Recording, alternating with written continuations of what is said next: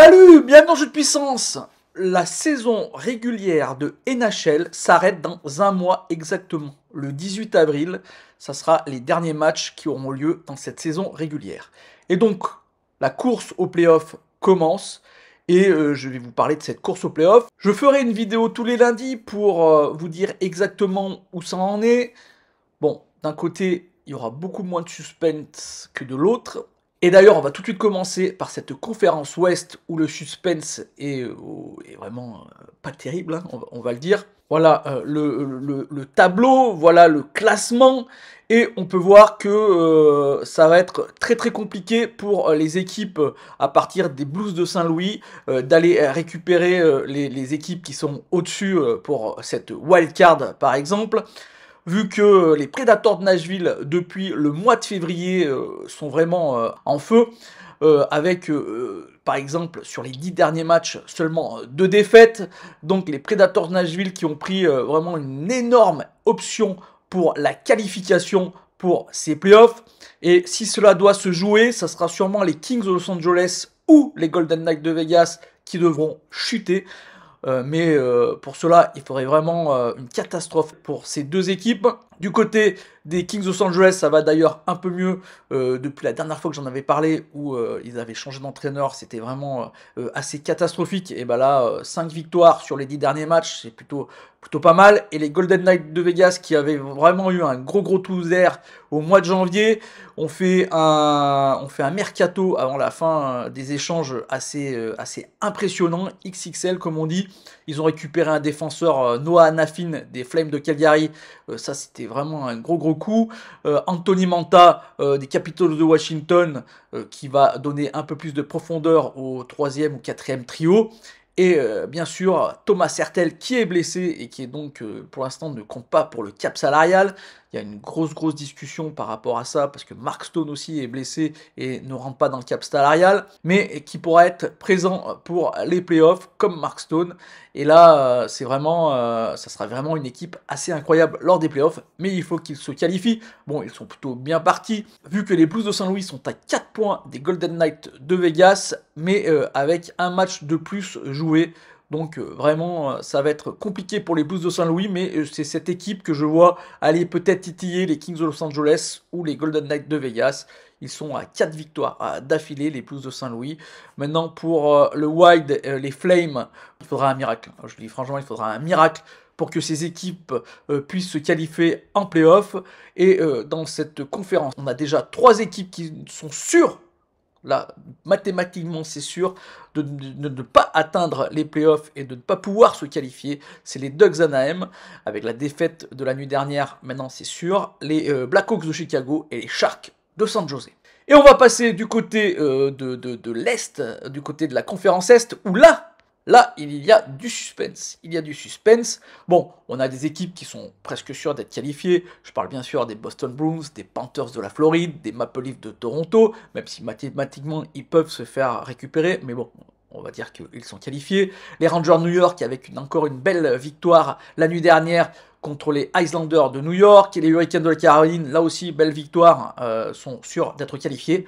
Le Lightning de Tampa Bay, qui avait des difficultés jusqu'ici, s'est laissé un peu d'air avec 3 victoires d'affilée et sort un peu de cette zone où elle pourrait être récupérée par une des équipes derrière elle. Et donc, il reste à se battre pour cette 3e place en division métropolitaine et pour une 2e place en wildcard, avec beaucoup d'équipes qui sont en lice pour cette place, beaucoup d'équipes qui devraient gagner pour essayer de la préserver et qui perdent souvent. Vraiment, la pression est totale sur ces équipes. Je pense bien sûr aux Flyers de Philadelphie, aux Red Wings de Détroit, aux Capitals de Washington, aux Islanders de New York. On peut mettre même dans la balance les Penguins de Pittsburgh et les Sabres de Buffalo, même si pour eux, il faudra vraiment attendre des grosses défaillances des équipes qui sont au-dessus. Malheureusement, les Devils du Jersey, avec encore une défaite la nuit dernière, C'est vraiment la grosse déception. Je ferai peut-être une vidéo en fin de saison sur cette équipe qui est vraiment la grosse déception de cette saison. Les Devils du New Jersey, bon, beaucoup de blessés, hein, mais bon, ce n'est pas une excuse. Hein, je veux dire, des blessés, toutes les équipes en ont eu, et des plus importantes peut-être que les Devils du New Jersey, et pourtant ils ils ne se qualifieront pas cette saison pour les playoffs, alors qu'on les voyait comme des prétendants à la Coupe Stanley quand même, hein, en début de saison. Moi, je fais partie de ces gens qui les voyaient comme des prétendants, hein, donc je n'ai pas été vraiment visionnaire sur ce coup-là. Donc, grosse bataille entre ces 1, 2, 3, 4, 5, 6 équipes, avec une préférence pour ou les Flyers, ou les Red Wings, ou les Capitals, ou les Islanders. Les Pingouins et les Sabres, je les vois un peu loin. Les Islanders, qui avaient 6 victoires d'affilée, malheureusement sont dans une sorte de trou d'air, avec 4 défaites d'affilée, et surtout des défaites contre des équipes qui n'ont plus rien à jouer. Je pense à cette défaite après le temps réglementaire contre les Sénateurs d'Ottawa. Les Red Wings de Détroit, eux, c'était pas terrible, hein. Seulement 2 victoires lors des 10 derniers matchs, ils ont encore perdu la nuit dernière. Et c'est plutôt les Capitals qui sont surprenants et qui sont pour l'instant plutôt positivement bien placés pour aller récupérer. Déjà, ils ont une belle série, 6 victoires sur les 10 derniers matchs. En plus, ils ont 2 matchs sur les Red Wings, avec seulement 1 point en moins. Et ils ont, pareil, 2 matchs en moins que les Flyers de Philadelphie, avec 3 points en moins. 3 points en moins. Donc 2 victoires, par exemple, pour les Capitals, ça les placerait au 3e rang de cette division métropolitaine. Qualification directe. L'Islander, c'est pas fini, mais il va falloir que... Après... Les Islanders, j'ai fait une vidéo dessus, donc obligatoirement, il fallait qu'ils perdent. Hein. Franchement, dès que je fais une vidéo sur une équipe, il y a un trou d'air. Donc si vous êtes fan de certaines équipes, ne me demandez pas de faire des vidéos sur vos équipes, parce que sinon, bim, trou d'air derrière. Surtout si elles tournent bien, quand je fais la vidéo. Ça avait fait un peu la même chose pour les Kings de Los Angeles d'ailleurs.